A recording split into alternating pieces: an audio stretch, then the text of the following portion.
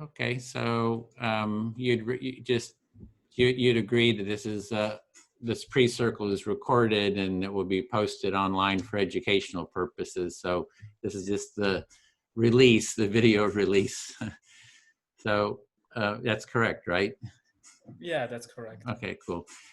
So this is a pre-circle for kind of around an issue that's been happening in the NVCA community.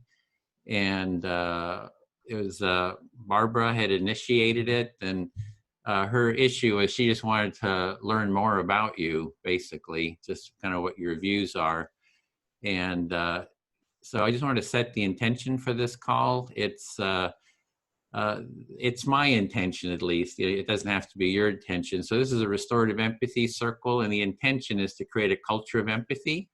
And that means to nurture mutual listening, understanding, care, trust, and support, and to create a constructive relationship going forward. And each person is able to fully express themselves, to say whatever they want, and to feel heard and understood to their satisfaction. And we use mutual empathic listening for that process. But right now, this is a pre-circle. I'm just here to listen to you for as much time as you need, half an hour, whatever, just to hear your views on what's going on around the issues on NVCA. When you share, if you want to pause periodically so I can reflect back my understanding of what I hear you say, and you're familiar with the process. We did a circle before. Okay. So the intention, I got a candle. So I don't know if that's your intention, but that's my intention. So I'm just going to light a candle here to kind of hold space, a reminder of what my intention is, at least. So there we go. So I'm here to listen. What would you like to say? What you had started off saying you're the favorite person for projecting enemy images on when we first started. So I did hear that. Yeah, I think that's a reason I really had to leave the group. Sorry, English isn't my mother language, so I'm usually talking in Swiss German, which nobody understands. So yeah, I don't have the privilege to speak into my mother tongue to an international audience, and I think that's one of the topics. There's so much talking about privileges, but I think there are so many aspects of privilege that it's really not a good thing just to focus on one aspect of me, to judge me as being privileged or not privileged. Like it's not okay to judge any other person on behalf of some trait of this person. So what I'm hearing there is that around this term privilege, that we shouldn't be judging each other, or one person shouldn't be judged whether they have privilege or not. And you were sort of tying it in with language, I think, too, that English isn't your native language. And so that makes it a little bit difficult. It's a bit more of a challenge to speak. Yeah, and I think it's something reasonable to think about if someone is privileged or not, but there are so many things to consider, and that it's more causing disconnection than connection. So the problem you're seeing with privilege, even the term privilege, concept of privilege, is it's very complicated, and it's just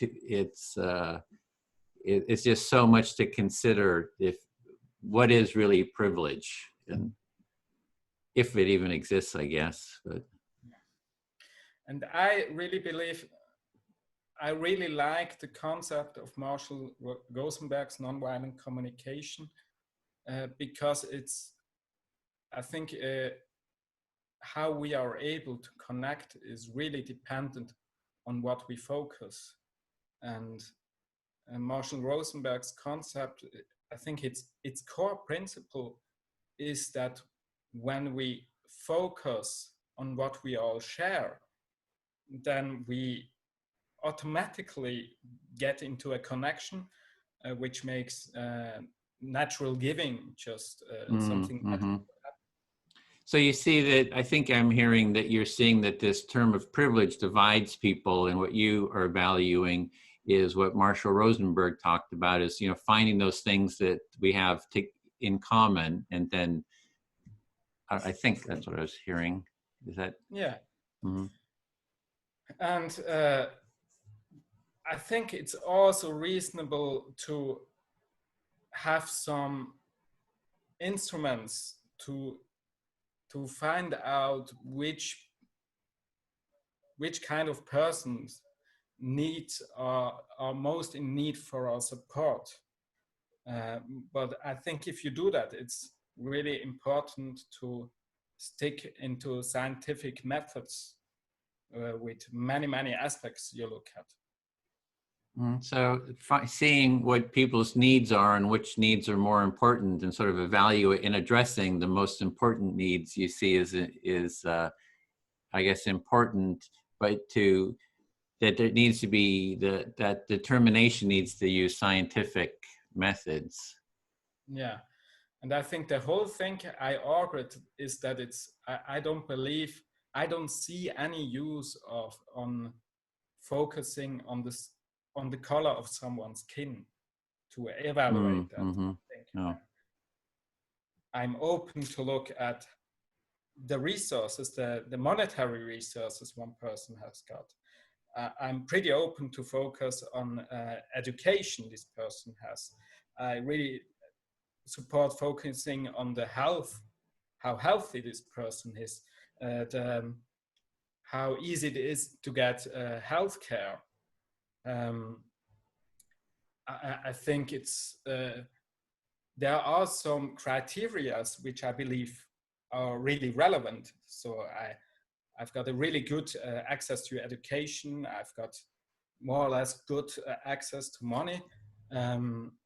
I've got, and I know that I'm privileged in this way, but because I think also because I have this privilege to be well educated, I see it as my duty to educate people also about things like scientific methods. So you're looking at the criteria for addressing people's needs, and you're okay with using criteria like your education level, or financial level, or certain criteria like that. But but according to the skin color doesn't seem like a criteria for sort of addressing needs, and that you also feel that you have a certain level of education. With that, you can kind of educate others around some issues.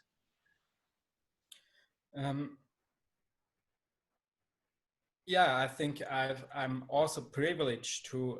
I mean, I didn't just study Marshall Rosenberg's concept. I have a whole master degree in psychology and another master degree in psychotherapy, and it's not something which I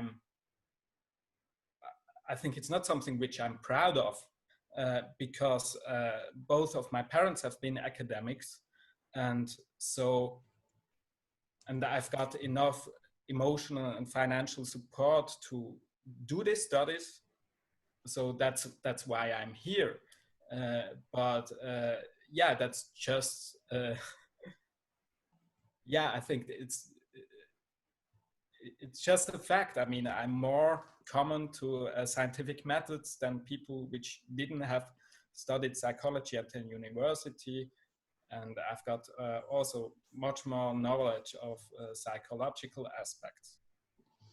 So what I'm hearing there is you have a grounding, sort of an educational grounding in psychology, psychotherapy. You have a background in academics, so you have certain sort of scientific background and skills there for making your points, I guess. Yeah, but which is also a burden, because I think that's not only a burden when you're scientifically educated. I think it's also, I had a talk with a friend of mine, which has been physically attacked just this week. And we had an interesting talk about trauma and she told me that what she learned from a book around Michael Jackson is that one symptom of being traumatized is that you get a really different worldview. It's you don't live in the same world anymore. And I really believe and I think it's the same with a scientific education. Mm-hmm. You're able to see more things, which doesn't mean it makes life easier. Because I think sometimes it's just easier if you're not capable of just seeing some power dynamics. Sometimes life is easier if you're not capable to detect to see things which are just from a scientific view wrong. I think it's the more educated you are, the more you're not that open anymore, because you need more. I think it's just harder because it's not that everything is right, so that some view is right. It needs more substance to it. Mm-hmm. So what I'm hearing there is that people who have experienced trauma, they see the world in a certain way. I mean, it's like a filter, I guess, that they're seeing through this trauma filter. And if you do have a lot of education, you see it through this education filter.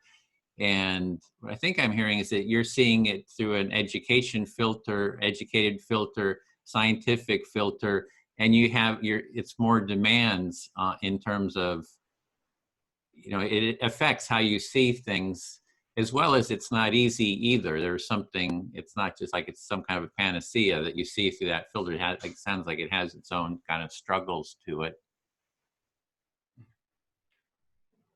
I think the more you know and see, the more you see how complex reality is. Mm-hmm. So you see the complexity of reality. Maybe that's like a burden or something, or I don't know if you're.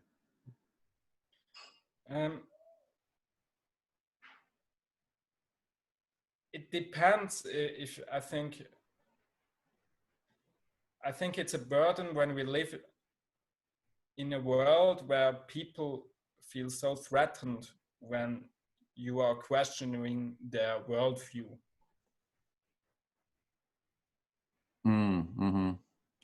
It's like you see this, you're wanting to kind of have sort of scientific evidence for it, and that questions people's worldviews, and you get sort of a reaction, maybe of fear or whatever, when their worldviews are questioned.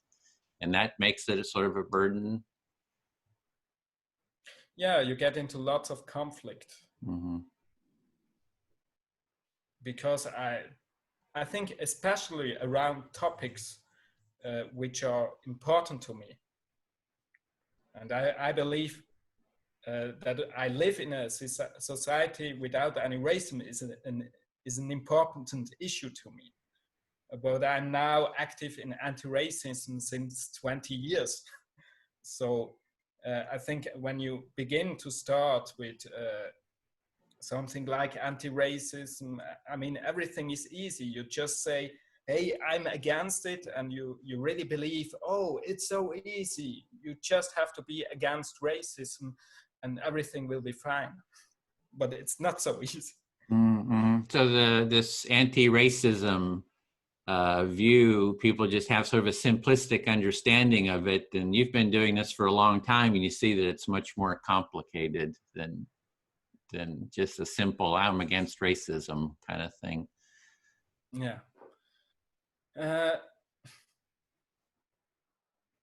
And I really believe that the concept of nonviolent communication is really, really a good tool to overcome racism, because it's a humanist concept. It's focusing on what we all share, and I think that's a really effective. I think that's the most effective approach in really fighting racism in a sustainable way, just to see the humanity of everyone. So you really have trust and faith, or even see it as a direction like nonviolent communication, because it's kind of looking at the underlying humanity of people or what they have in common, and that's really the the direction you think that it's a humanistic direction to go. So sounds like you really sort of see that as a constructive way forward. But I also believe that nonviolent communication is really, really hard, because to really engage in nonviolent communication, you have to be vulnerable. So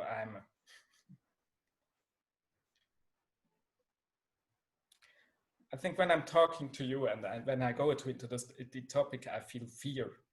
Mm-hmm.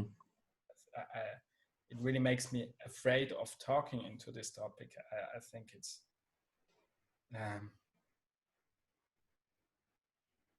so you're just noticing the fear, just talking about this topic, because just going into the nonviolent communication there's a lot of vulnerability and fear in that.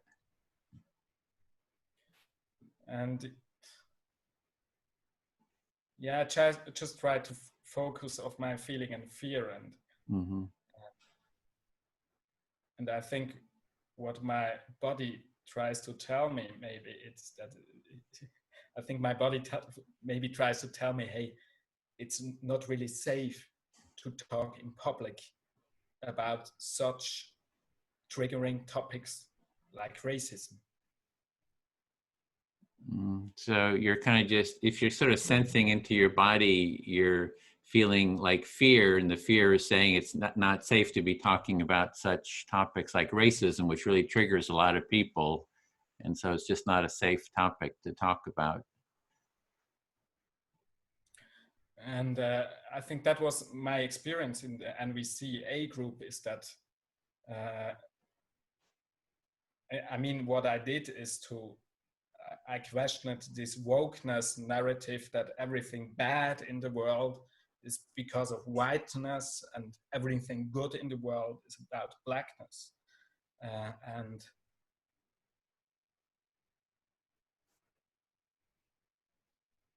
And this led really to many people reacting, blaming me being a racist. So you were questioning sort of the wokeness philosophy that whiteness is the problem and blackness is sort of I don't know, good or solution. And because of that questioning of it, people are starting to call you racist. Yes, and I mean, for me, the frightening thing, I mean, I said, hey, this hurts me. When I'm called a racist, I'm a humanist. I say, hey, I'm not willing to judge people because of the color of their skin. And that's, I think being called a racist for that is just gaslighting, and gaslighting is a severe form of abuse, and it really made me sick to I think it's pretty dangerous to speak up against some aspects of an ideology, especially a black or white ideology. It's just dangerous if you question that, because there's much of aggression loaded upon you. I think it's just such an aggressive feeling if you I think the reason is this black and white thinking, all these ideologies which divide the world in good and bad. I think they're especially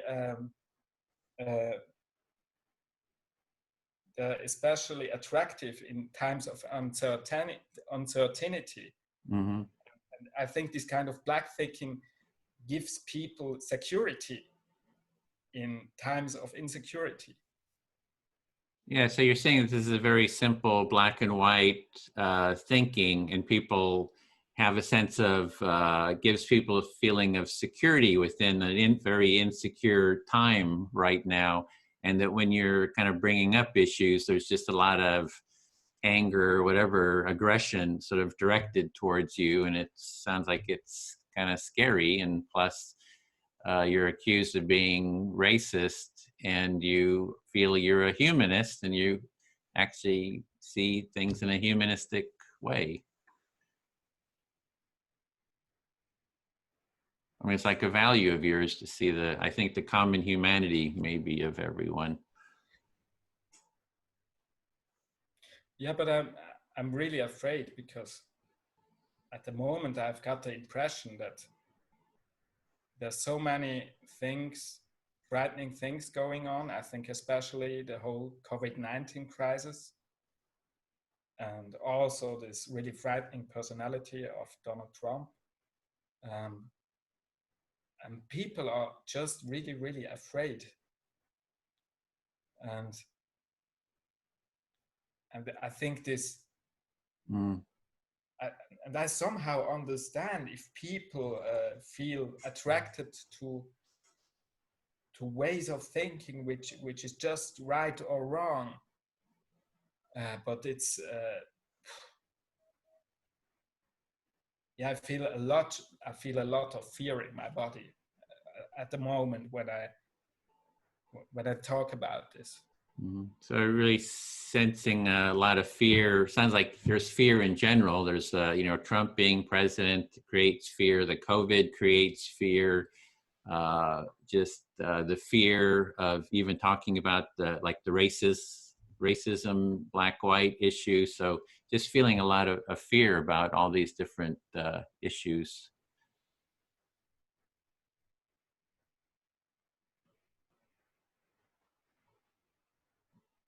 Yeah, and I think there's the whole Black Lives Matters community. There's this concept of collective guilt.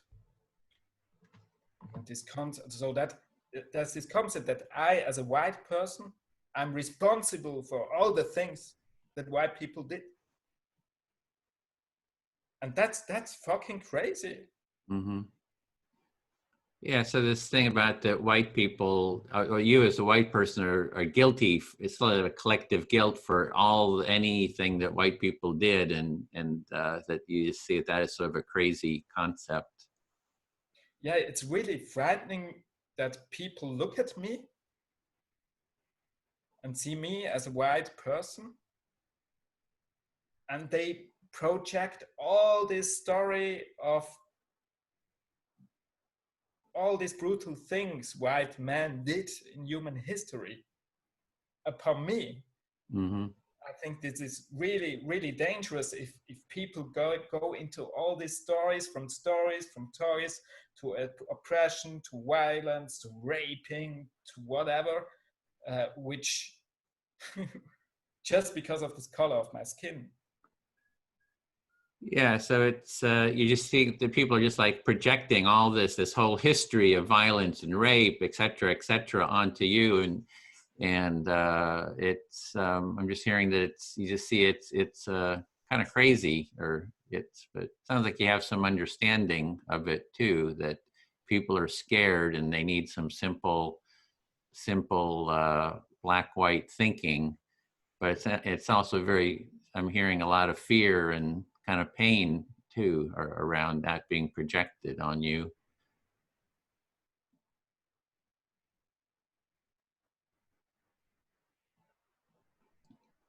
Yeah, I think it just puts my body into trauma mode. I'm just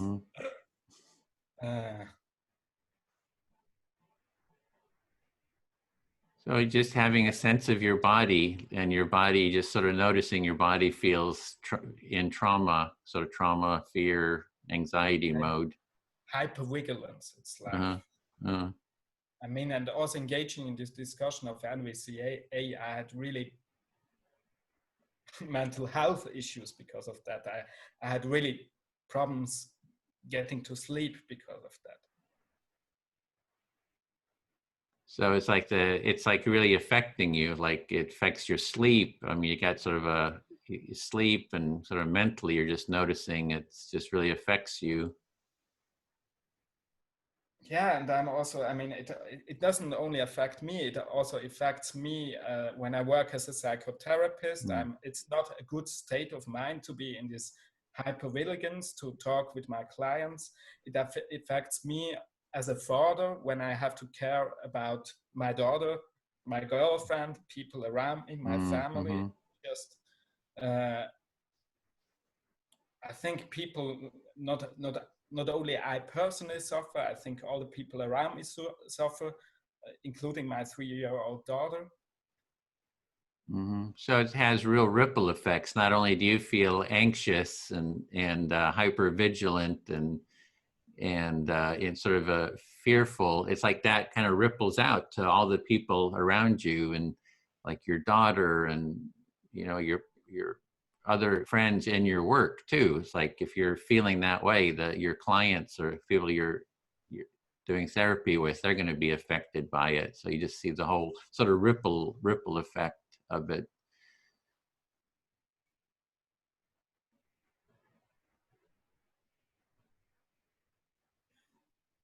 Yeah, and I think it's really, really, really frightening to make this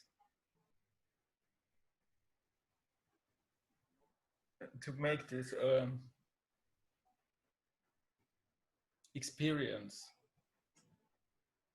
in a group of people which are dedicated to Marshall Rosenberg's concept of nonviolent communication. Yeah, so you have like hope in this direction of that NVC represents and what Marshall Rosenberg represents, and then sort of get this sort of this response is just even sounds like a really even more sort of devastating or impactful. Because there you kind of expect to get support, I would imagine. Yeah. Yeah, I'd really would expect that in a group called Nonviolent Advance, people are more aware of enemy images, that people are more aware that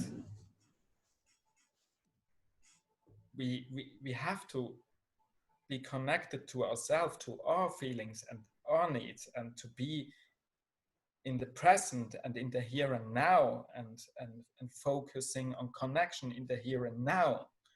And that there's no fucking use going into hundreds of years of stories of rape, of violence, or whatever. It's yeah, it's I'm really, yeah, it makes me panic. I don't understand it, how this is possible.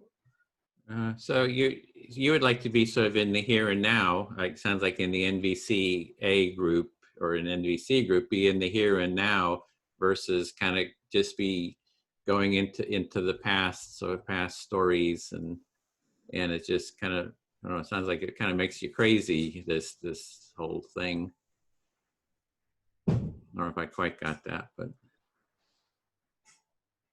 Yeah, I think there's this technique about nonviolent communication.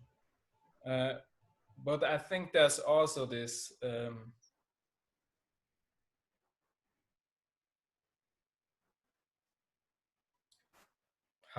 this state of mind. It's like this core belief. And I think one core belief of nonviolence is trusting in trust. Mm-hmm. So there's sort of techniques within nonviolence, kind of methods, like maybe what we're doing here, empathic listening, and then there's also a deeper sort of a trust, but trusting in trust. That you have a trust. It's a felt, maybe more of a felt, deeper felt experience or way of being or something, where we just really trust in trust. Yeah, and I also heard in an interview that Marshall Rosenberg, before calling nonviolent communication nonviolent, he called it self-responsible communication. And Marshall was really clear that we always have a choice how to act.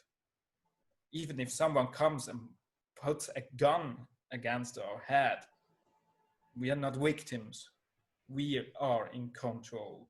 We can decide how to react upon that. And I think that's also one of the core elements of Gandhian nonviolence. It's this spirituality of not being a victim. And it's this spirituality of refusing to be an enemy. Also, Martin Luther King Jr. made this wonderful speak about loving our enemies. So I think what is propagated in NVCA is so much against the core principles of nonviolence and also the core principles of nonviolent communication. So you're addressing sort of like you see as the core principles of nonviolence, and the one is sort of a self-responsibility, that we're responsible for our actions, and you feel that Marshall was talking about that, Gandhi talked about it, Martin Luther King talked about it too. So that is one of the other core. Besides, there's trust in trust, and then there's self-responsibility. And then there's but you don't feel that that's kind of what's going on in NVCA. It's not kind of following those core principles or values. No, I think what's going on is people don't talk about themselves. They when they share something, they don't talk about their feelings and their needs. They're not in the here and now, and they're not in their bodies. So there's kind of a lack of being in the here and now, just speaking from what your felt experience is in the moment, and so that's sort of missing there.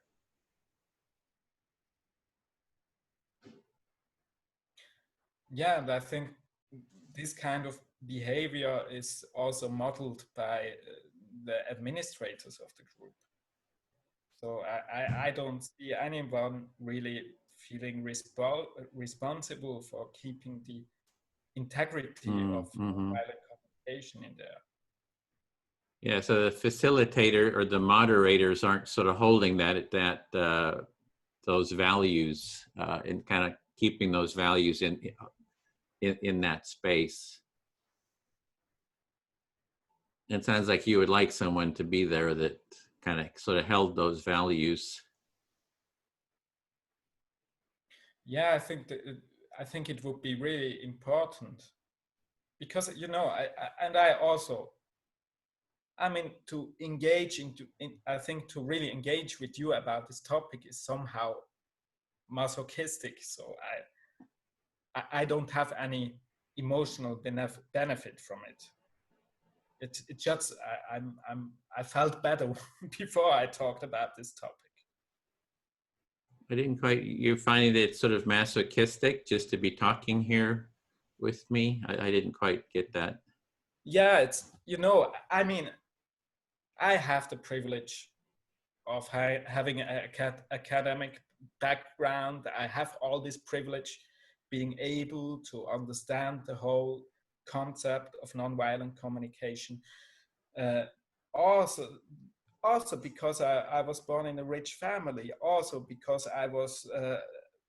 I could study at the university. I also had the knowledge to reach out to people active in the Gambian tradition of nonviolence. Like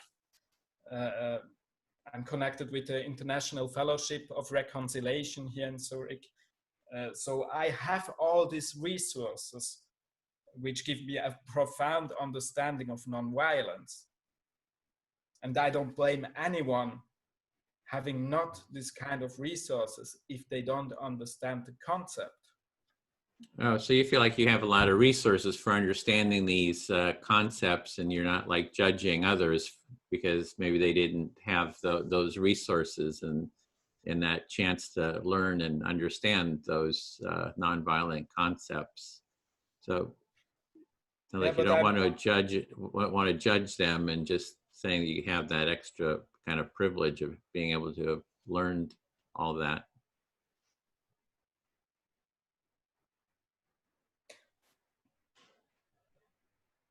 but I really wish, I mean, I really wish this knowledge to be available to everyone, and really in its pure form, in its original form. Mm-hmm. Because I mean, I live in Switzerland. My human rights are protected pretty much. I mean, I'm also getting death threats or whatever for speaking out about left extremism, but I'm here pretty safe. But I know in lots of places on this earth, people can get killed just for saying not the right things. So you have the privilege or the ability to be in a safe place and to be able to speak about these issues, and you're realizing that others can't. They might get killed for it. I mean, you do get some threats. It sounds like from the left you were saying, and that sounds like maybe you feel like a sense of responsibility of kind of sharing because you like to kind of educate or people around these values of nonviolence? Yeah, I think it's,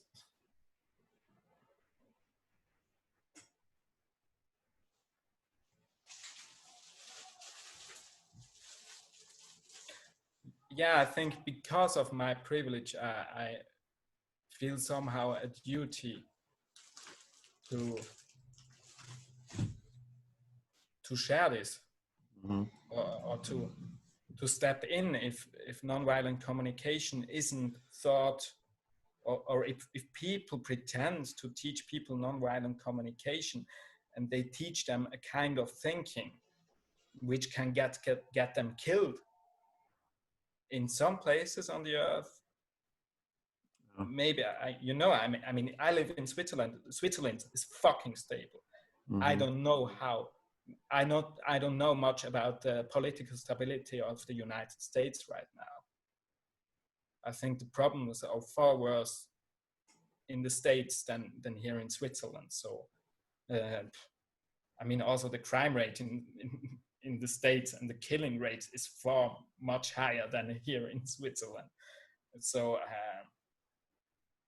and it's really, yeah, it's really painful for me just to watch that, to be an observer of people being taught in a way to think and to speak, which is really dangerous. Mm-hmm. Yeah, so you see that type of thinking is dangerous, and you're wanting to speak out about it, and you can do that because you're coming from a safe, relatively safe, stable place, and you just see around the world that's not the case. So it sounds like maybe you're wanting to contribute maybe to people's understanding or have a sense of contribution.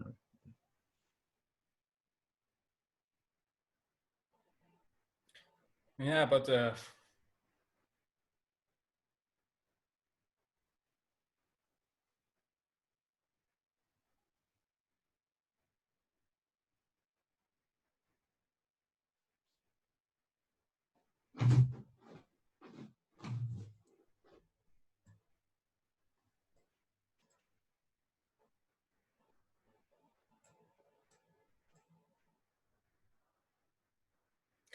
Now I'm feeling more ashamed.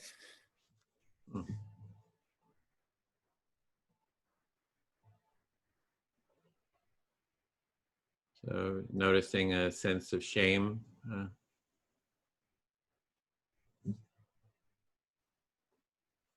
And I think that's just, I mean, I think this shame is something I have to process because of the whole gaslighting going on there.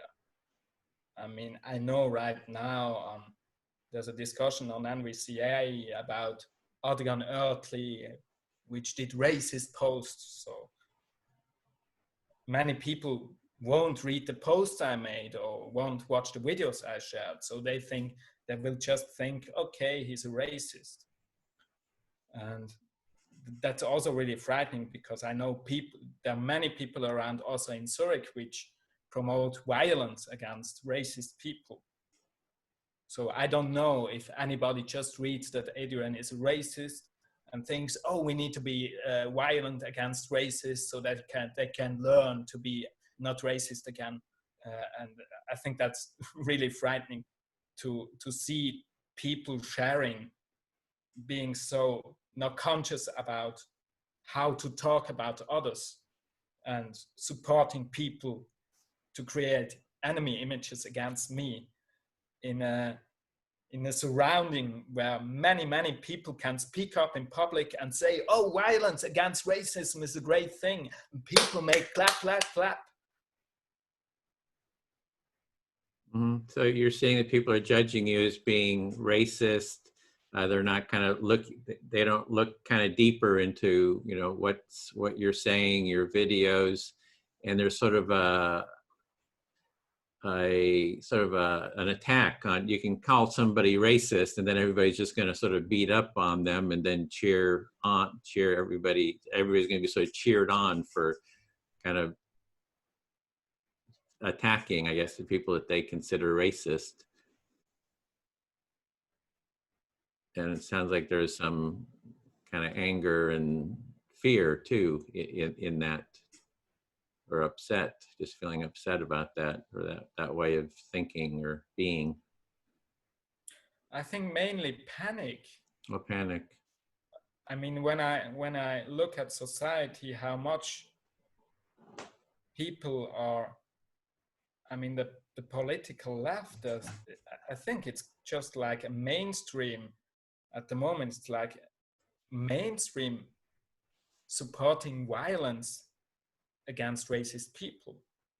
So this belief that that it's a good thing to use violence upon people if they are racist is really, really, really widespread and frightening. So that sort of mindset of using violence against racists, you just see that that's kind of going mainstream, and it's kind of scary that, especially that's going mainstream. Yeah, you have these two ingredients. You have this one is people say people promote violence against racists, and they're not stopped. They're not.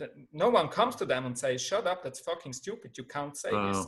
There's many social environments where people get supported. It's okay to use violence if someone is racist. That's one ingredient. The other ingredient is people are called racism. People are being called racist for things which are fucking not racist. So there's kind of 2 points to it. The one point is that violence is sort of okayed, societal, against racists, and the other is that people are just being thrown into that racist category when they're not racist. Yeah, you got those two aspects of it. Yeah, these two aspects, and that's just and nobody's speaking up. People aren't saying, hey, that's not right, or we shouldn't do that. So nobody's kind of speaking up. That's the other part that's sort of missing. Yeah, it's just becoming mainstream, and that's just a culture of violence being bred. And I mean, today on Facebook, someone said, "Hey, Trump's a racist, a white supremacist," and I wrote, "I don't believe Trump's a white supremacist. I believe he's an orange supremacist because he believes only himself is superior to others." And I really believe Trump isn't a racist. He just thinks he's the one. And he doesn't care if people are black or white. He just cares about who thinks that he's the good guy and who thinks he's the bad guy. And not regarding the color of the skin. And because I told that, even when I say I believe really Trump is crazy, I wouldn't vote for him. It's because I think he got severe issues with his personality. He's dangerous, really. But also, when I say this person calls me as a reaction. If you don't see Trump as racist, then yeah, you must be a racist. Mm-hmm. So you have issues with Trump saying that he's feeling that he's just a narcissist, just in his own issue. Somebody's calling him racist when you say, no, he's just a narcissist. But even saying that, you get then judged as being a racist because you didn't agree with them. Yeah, I think at the moment I've got the impression when you somehow just criticize on a rational level this whole wokeness ideology, you're being called a racist. So it's like there's some people who say it's like a religion, but I think many religions they don't support any violence. I think it's like the worst aspects or the worst kinds of alienations of religion. It's like an inquisition.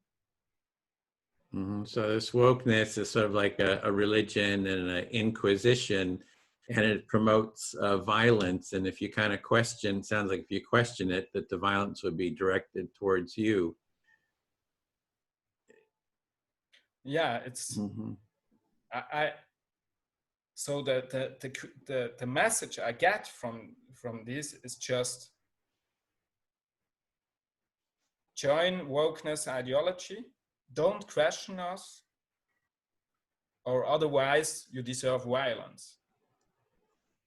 So any questioning of this philosophy, and you're going to have violence directed to you, and it's kind of scary when it's kind of going mainstream too. And it sounds like you wanting to sort of stand up to that and sort of point out the issues or the problems with it. And you can't, even if you try to rationally discuss around it, that you get kind of criticized and get thrown into the racist category. So it's kind of like no discussion either. It's like there's no chance for dialogue. Really frightening. Yeah, it's scary. And it's really, really dangerous. And dangerous, yeah. We had started this call like just like 5 minutes. I can't spend too much more time because I sort of had promised this space to my partner, but so I just maybe 5 minutes or something for sort of a closing. I like to have spent more time, as much as you sort of needed, but we just did this very last minute, spur of the moment. So.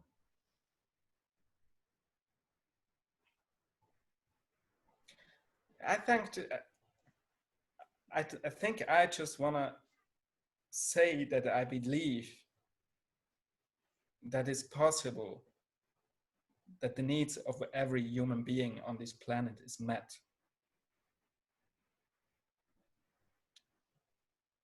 And I believe we don't have to judge which needs are more important than the others, because there's enough for all. So we think that everyone's needs can be met and we don't have to be using judgment because there's enough for everybody. And that's sort of like a core belief.